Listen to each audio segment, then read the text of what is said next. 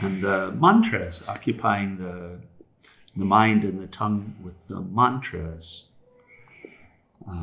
is so uplifting to the mind. And the only thing keeping us from full on all the time bliss is the mind.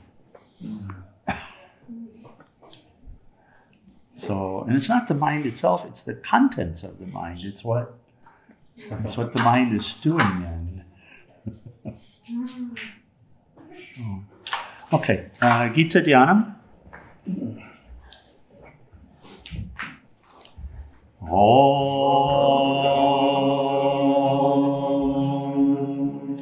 O Bhagavad Gita, by which Arjuna was illumined by Lord Krishna himself, and which was composed of 18 chapters within the Mahabharata by the ancient sage Vyasa. O Divine Mother, destroyer of rebirth, who showers the nectar of oneness on us, O Bhagavad Gita, my affectionate mother, on thee I meditate. All the Upanishads are the cows. The milker is the cowherd boy Krishna. Arjuna is the calf. People of purified intellect are the drinkers. And the milk is the supreme nectar of the Gita. My salutations to the Lord, who is the bestower of supreme bliss, whose grace makes the mute eloquent and the crippled cross mountains. Hari-Om Tat Sat. Okay. Good morning. So we pick up with follow on, Sloka 11. Here's where we closed on Tuesday morning.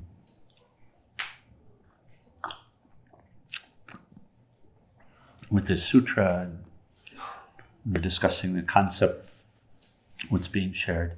Many enter my being directly because they're free from passion, fear, and anger, because they take refuge in me, and because their hearts have become purified through austerities that led to wisdom. So we've been having this discussion for a while. This is this concept of renunciation that's being shared. Renouncing one's lower self, not renouncing the world, not renouncing people around us. Renouncing our world. Our concept of world, which is really what we're dealing with. 7 billion people in the world, 7 billion different worlds.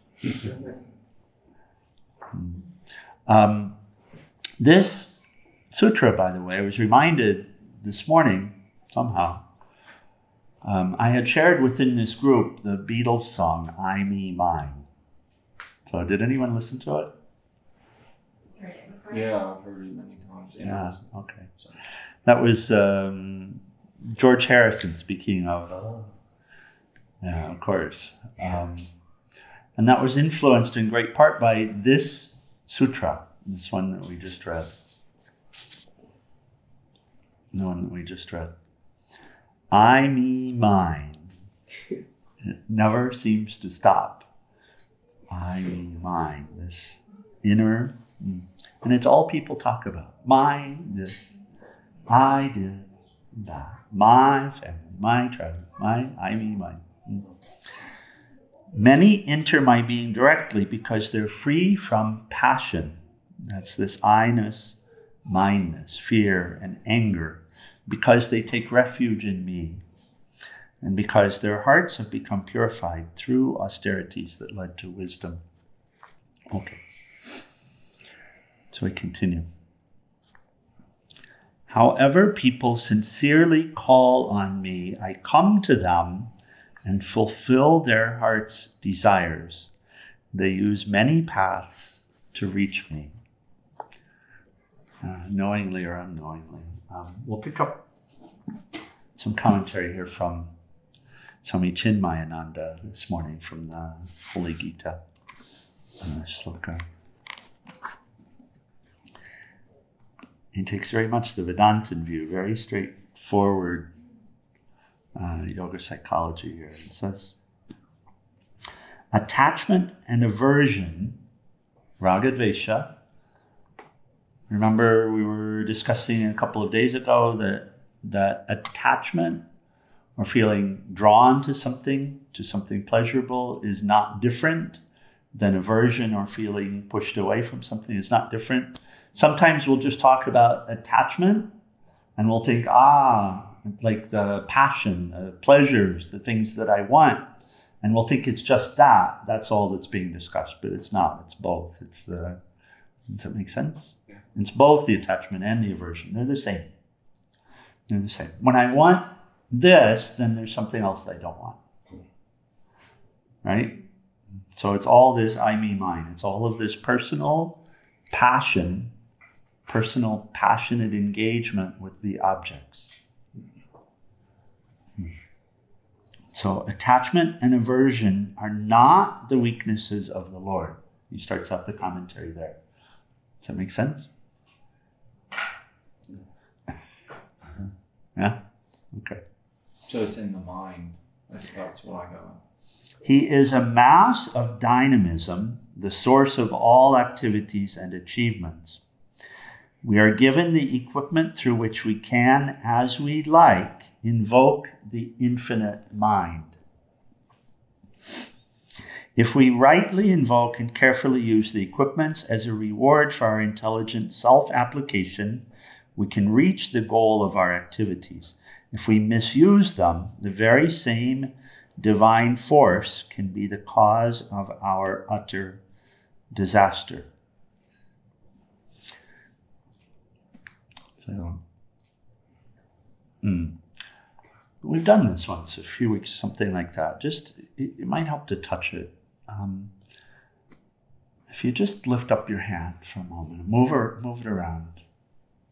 Okay, and then you can put it back down. We never reflect on what happens when we do that. Yeah. But if you reflect on it for a while, you'll see that it's a mystery. So when we say lift up the hand, I say lift up your hand, and you lifted up your hand. How did you do it? Only by God's grace. Only without the power of God, nothing happens. So that is that power. So who's actually doing it? Are you doing something? No. It's a cooperation. So you do bring a thought, right? You do bring a thought of lifting up the hand and moving it around. But are you involved in the mechanics of it happening? No. Are you thinking about moving these muscles and these tendons and all of that? And you notice everybody did it. So is everyone as an individual thinking about... No. And the power under which it happens, is that your power? Did you make it yourself? Swamiji, another good example for this is eating. Like the food going in and you think you're the one eating. It's the same. And like digest, It's the same. It's the same. So what Swamiji's getting to in this commentary is exactly this, that who's doing this then? The Lord. The Lord. The Lord. None other. The Lord is the prana. The energy is universal. So, and we use the name Lord or God, and we don't even have to for a moment. We don't even have to. The forces we're dealing with are all universal, aren't they? Yeah. So the muscles, universal. The bones, the tendons, the thought, the power of thought, the energy in which it's moved. Wow. The intelligence, the supreme intelligence within which everything is so interrelated, and this precise movement can occur. Yours, universal. Universal. Huh. So a child learns to walk. Does a child really learn to walk? It just does. Every child learns to walk, right? So is an individual child learning to walk, or is it just a part of life? It's a process, isn't it? Individual or universal? Universal. So these are universal powers we're dealing with. It's universal intelligence, right? You see? So I'd like to read this paragraph again in that light, see how it resonates. He says, attachment and aversion, I like this, I don't like that. Those are not qualities, he says, weaknesses of the Lord. He is a mass of dynamism. Dynamism is what's being described here, dynamism. So life, movement, action, potential, energy, right? Intelligence, a mass of dynamism. A mass, limitless mass. He, she is everywhere, right? This potential is everywhere throughout the universe.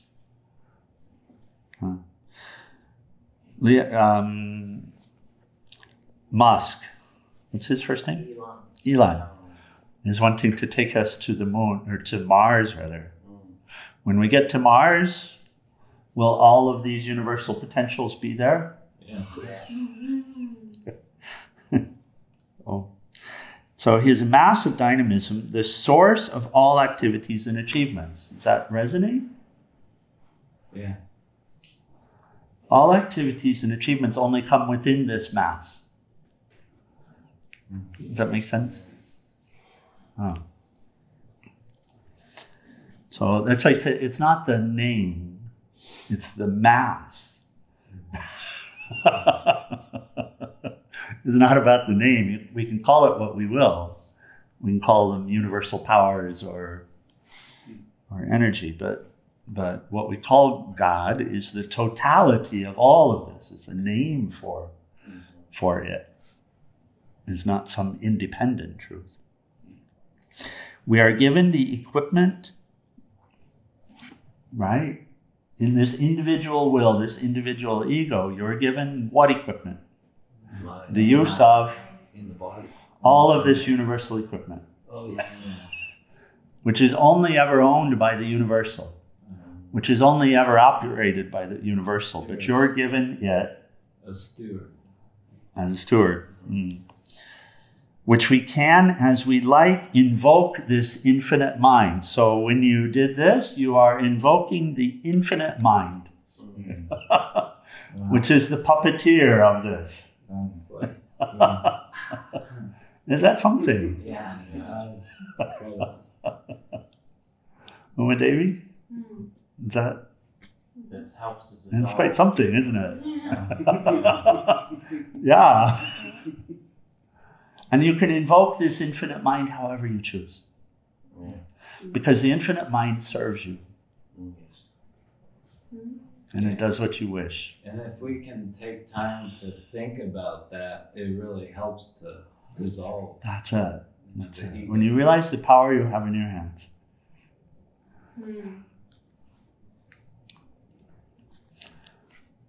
If we ask the Lord the purpose, the Lord's purpose, if he, she speaks, he, she will say to serve. To love all, to serve all. And these words are coming from the masters. They're coming from that. Except for mosquitoes, right? Even the mosquitoes. Even the mosquitoes. You're giving them a nice meal. Yeah. If we rightly invoke and carefully use the equipments as a reward for our intelligent application, we can reach the goal of our activities. If we misuse them, the very same divine force can be the cause of our utter disaster. And then he says, the fuel strength in the petrol, the gas, can be converted into horsepower through the mechanism under the bonnet, under the hood of the car. We can invoke the horsepower to reach our destination, or we can easily dump ourselves into a mass of twisted wreckage on the wayside and become a bundle of broken bones. These accidents are caused by the carelessness of the driver although the strength and power with which the car dashes down the embankment of the road is no doubt supplied by the same petrol. But the strength in the petrol had no attachment for those whom it guided home safe, nor can we say that it had a hatred for those whom it wrecked.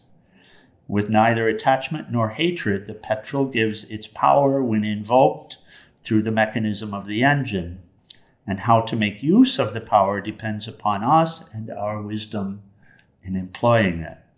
Similarly, here the Lord says, I, as life, lend my power to all without any partiality.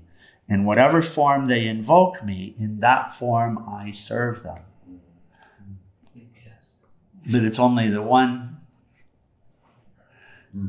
But it's like whatever package you want to put it into, it's still the same contents of the pen, of the wrapper. By whose power do I play the harmonium and chant the names of the Lord? The Lord. By whose power do I scream at you and tell you you're a terrible person? The Lord. Huh. Yeah. So who's here either way? The Lord.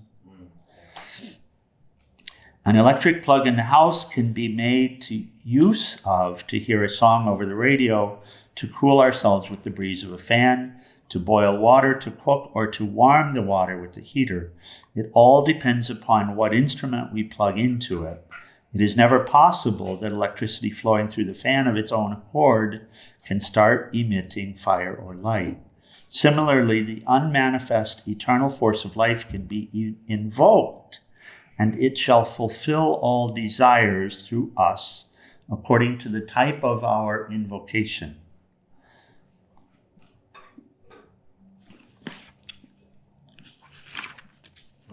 So that would mean the ego of the person directs the manifestation of God's power, whether for good or for ill, depending, or beneficial or unbeneficial. One power. One power.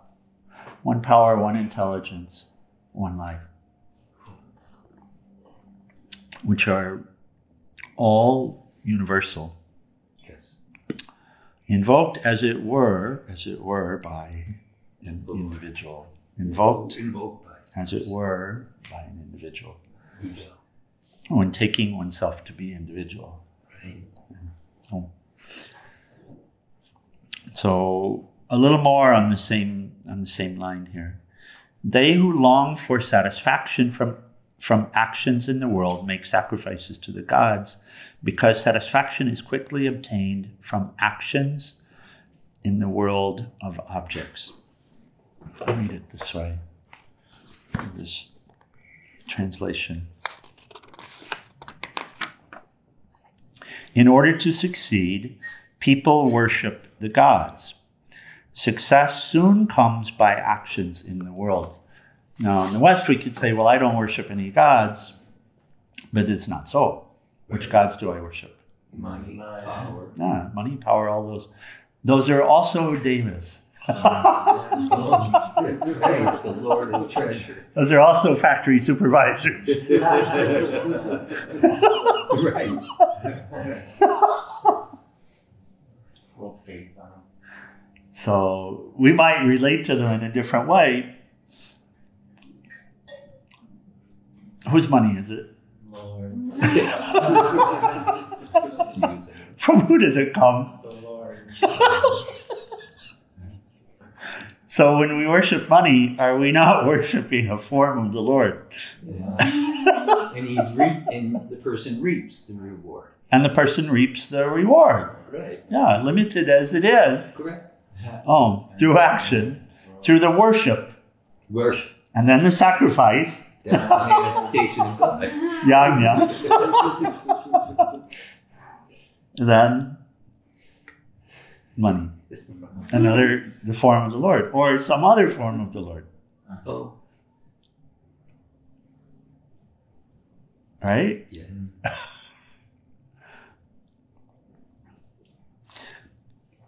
Oh.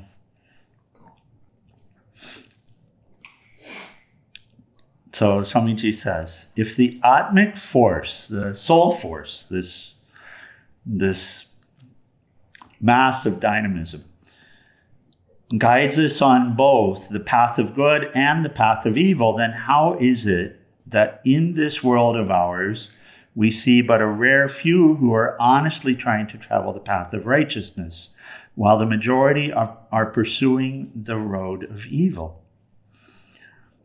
Self-centered gain, selfish gain. I need, I want. I, me, mine. This question must necessarily come to the mind of all intelligent students, and Lord Krishna is answering this possible query. He says, whether the mind wants to pursue an extrovert life or live the introvert joy. So whether the mind wants to go, or the person, the little person, wants to go out and live life to the fullest and enjoy and visit and buy and sell and all of that, or wants to go inside and meditate and find the truth in all, whichever way, It receives. then yeah. It can do so only by borrowing its capacity and capability from the omnipotency of the Atman. So anything can only be done through the power of the Lord. So I remember when I was walking coast to coast, Chicago, I got to this big mural on a building in a warehouse district. Massive mural. And it's a painting of Jesus in a field. And the quote is, "You can do nothing without me," which is New Testament stuff. You can do nothing without me, saith the Lord. So this is what's being said, isn't it? So we have to borrow that in order to engage in any endeavor. But the mind ever chooses an extrovert career in stinking sensuality because it is easy to gain cheap pleasures by satisfying the sensuous ticklings of the nerve tips. Tickles.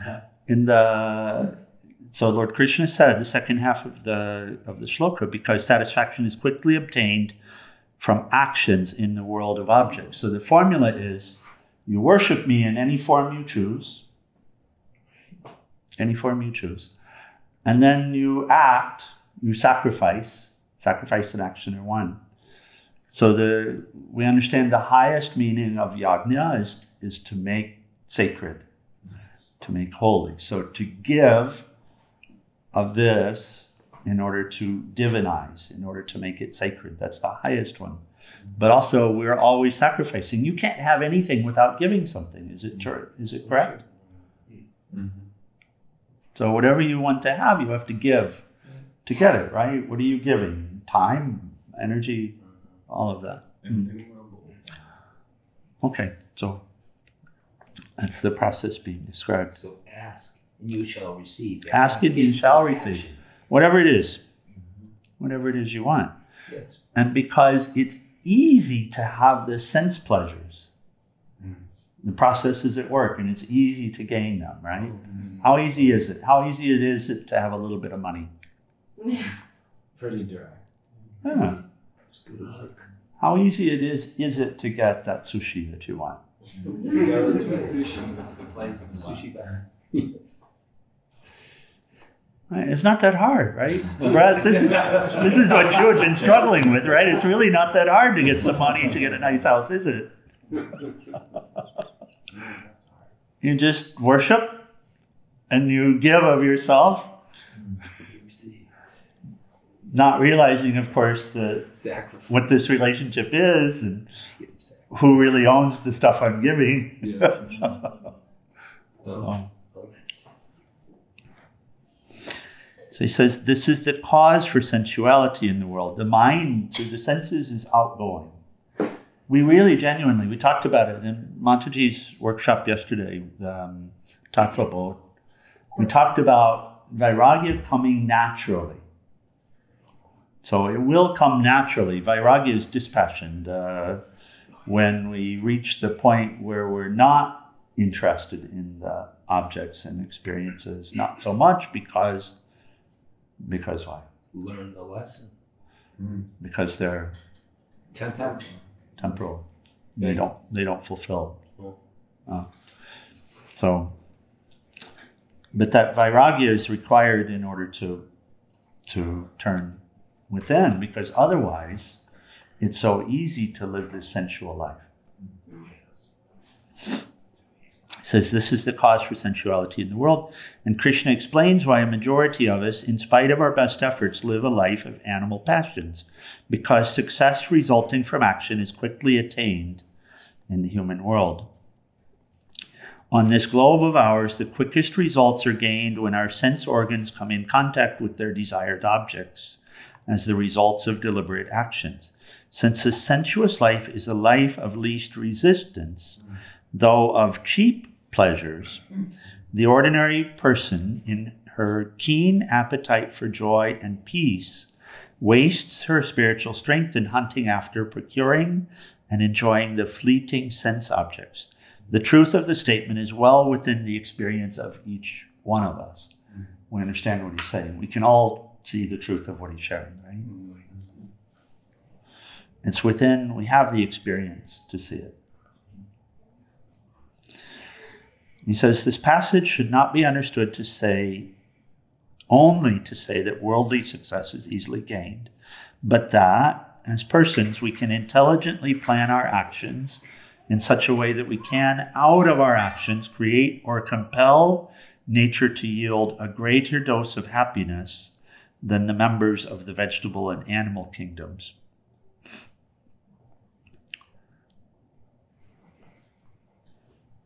He closes with this statement, his commentary. He says, men who are seeking the lower or the higher ways of life through the employment of their spiritual strength can be divided upon the broad basis of their introvert and extrovert natures, and the extrovert ones can again be divided into 4 types on the basis of their finer distinctions of the textures of their thought and action. And that will be the next shloka. I'll just read it, and then we'll come back to it tomorrow morning. He says, the fourfold caste has been, this is Lord Krishna again, fourfold caste has been created by me according to the differentiation of guna and karma. Though I am the author thereof, know me as non-doer and immutable.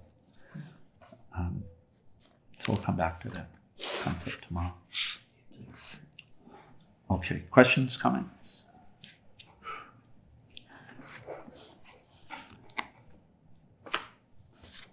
Brett, your questions are always great if you have one. Sure. I mean, so you can certainly get some of the objects you want in life, but they're false gods. They turn out to be not satisfactory. Right.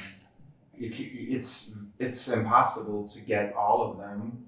That's what leads to the frustration. So it's the false gods and the frustration you experience when they don't turn out to be as good as they want. So it's like, is the purpose of these objects to show that they're not fulfilling, so you turn to the spiritual path? But then I guess I start to think, well, if you turn to the spiritual path, do you have some of the same challenges where it's like there are good days, there are bad days? Are you always striving for something more? It can't be the same battle. If you not bad, battle isn't the right word, but it's like, are you still playing the game of trying to get something? You're trying to get enlightenment, so you still have these challenges. You know what I'm saying? It's just like you're playing a different. Maybe it's a more noble game, but I don't know if that makes sense. Sure, it's a very good question, very practical. First, you can get whatever you want. We tend to have our blinders on and just look at this very, very, very limited experience bracketed between what we say is my birth and my death. But in fact, your experience is far greater than that.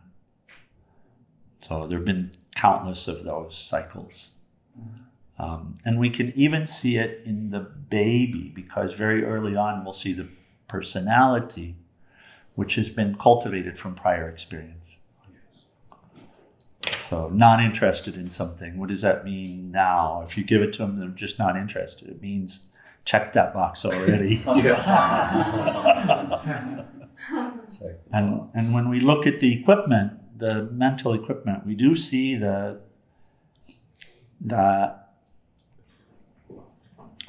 with this ego sense, with this feeling of being separate and such, and the ability to gain through experience, we do see the way that it works, that within the mind, within the equipment, there will be the assertion that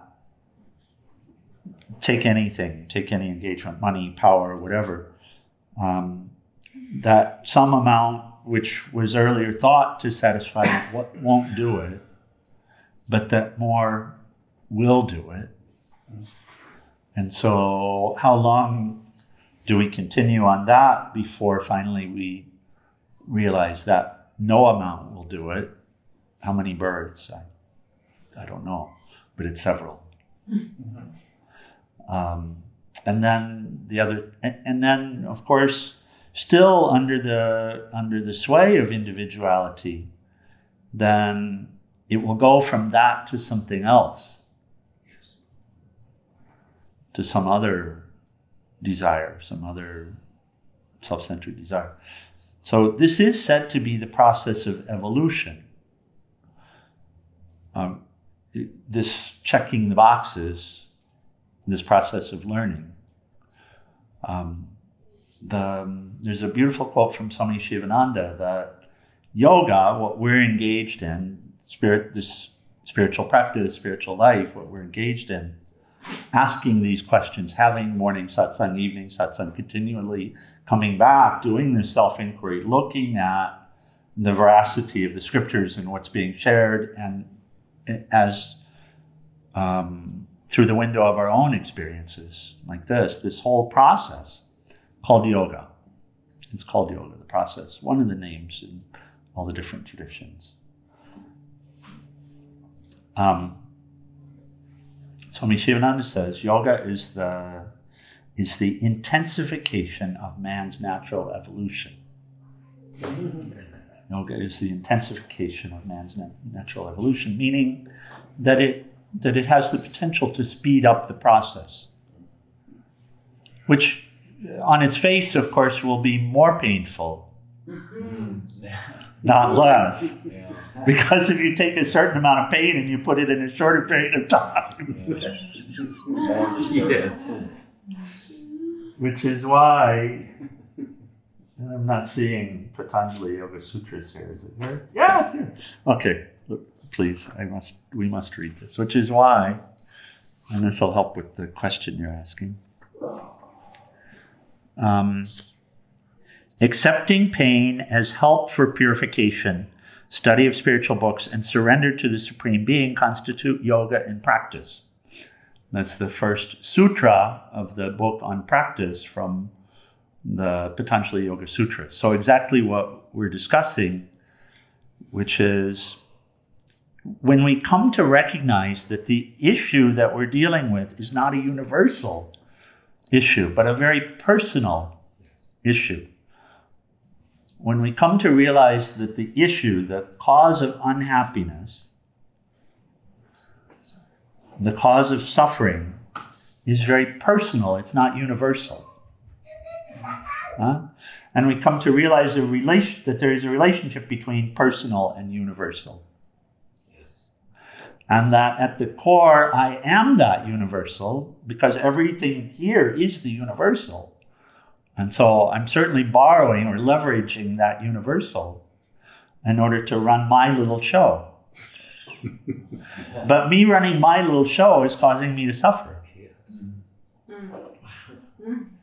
So I don't want to run my little show anymore. I don't want to be somebody. I don't want to keep being or becoming. I want to be nothing. I want to be in union with that universal. I want to get out of the way. Now, what is it that I want out of the way? I want the little person out of the way. That's really spiritual path. It comes to a realization of what is it that's causing the suffering. It's my stuff, my baggage, my stuff, my desires. I want this, I need that, etc., etc. So yeah, now having said that, there's a desire for liberation, or desire for moksha, which is what you're experiencing. That's what you're feeling, and you're feeling it because of this vairagya, this natural distaste and disgust for this constant cycle of continuing to come to this, and if I get it, I suffer. If I don't get it, I suffer. Right? And so there you go, you're realizing. So will the desire for liberation also cause the same hangover? And the answer is no, it won't.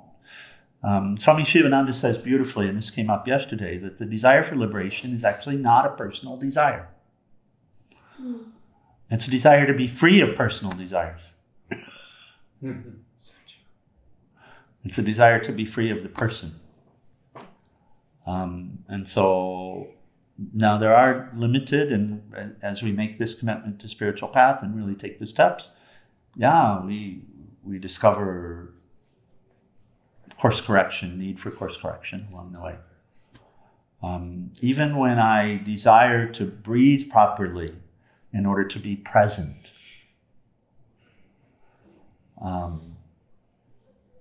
then when I'm able to breathe properly, I have to let go of the desire.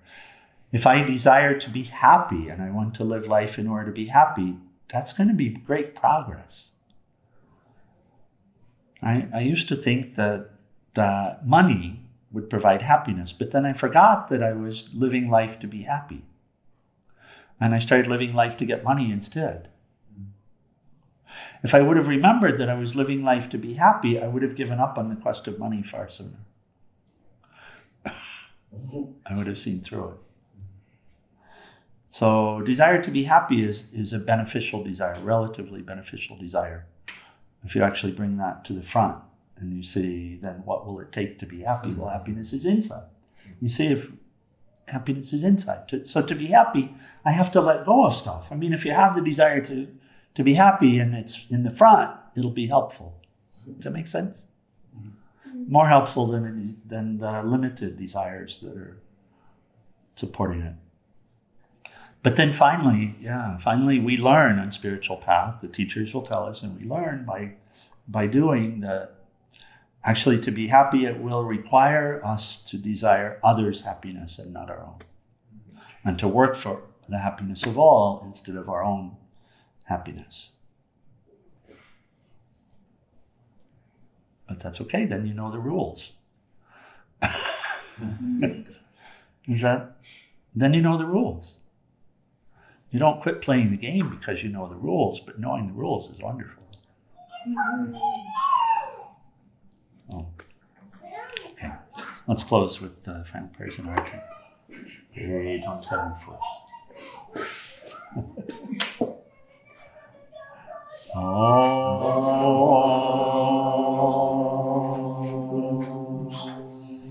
Om Trayambakam Yajamahe Sugandhim Pushtivardhanam Orvai Rukmeva Bandhanan Mritor Mokshiyamamritat Om Trayambakam Yajamahe Sugandhim Pushtivardhanam Orvai Rukmeva Bandhanan Mritor Mokshiyamamritat Om Trayambakam Yajamahe Sugandhim Pushtivardhanam Orvai Rukmeva Bandhanan Mritor Mokshiyamamritat Om Sarvesham Swastir Bhavatu Sarvesham Shantir Bhavatu Sarvesham Purnam Bhavatu Sarvesham Mangalam Bhavatu Sarve Bhavantu Sukhinaha Sarve Shantu Niramaya Sarve Bhadrani Pashyanto Makashit Dukhabhag Bhave Asato Ma Satgamaya Tamaso Ma Jyotir Gamaya Mrityor Ma Mritam Gamaya Om Purnamida Purnamidam Purnat Purnamudachyate Purnasya Purnamadaya Purnameva Vasishyate. Om Shanti Shanti Shanti. O adorable Lord of mercy and love, salutations and prostrations unto thee. Thou art omnipresent, omnipotent, and omniscient. Thou art Satchidananda. Thou art existence, knowledge, and bliss absolute. Thou art the indweller of all beings. Grant us an understanding heart, equal vision, balanced mind, faith, devotion, and wisdom. Grant us inner spiritual strength to resist temptation and to control the mind.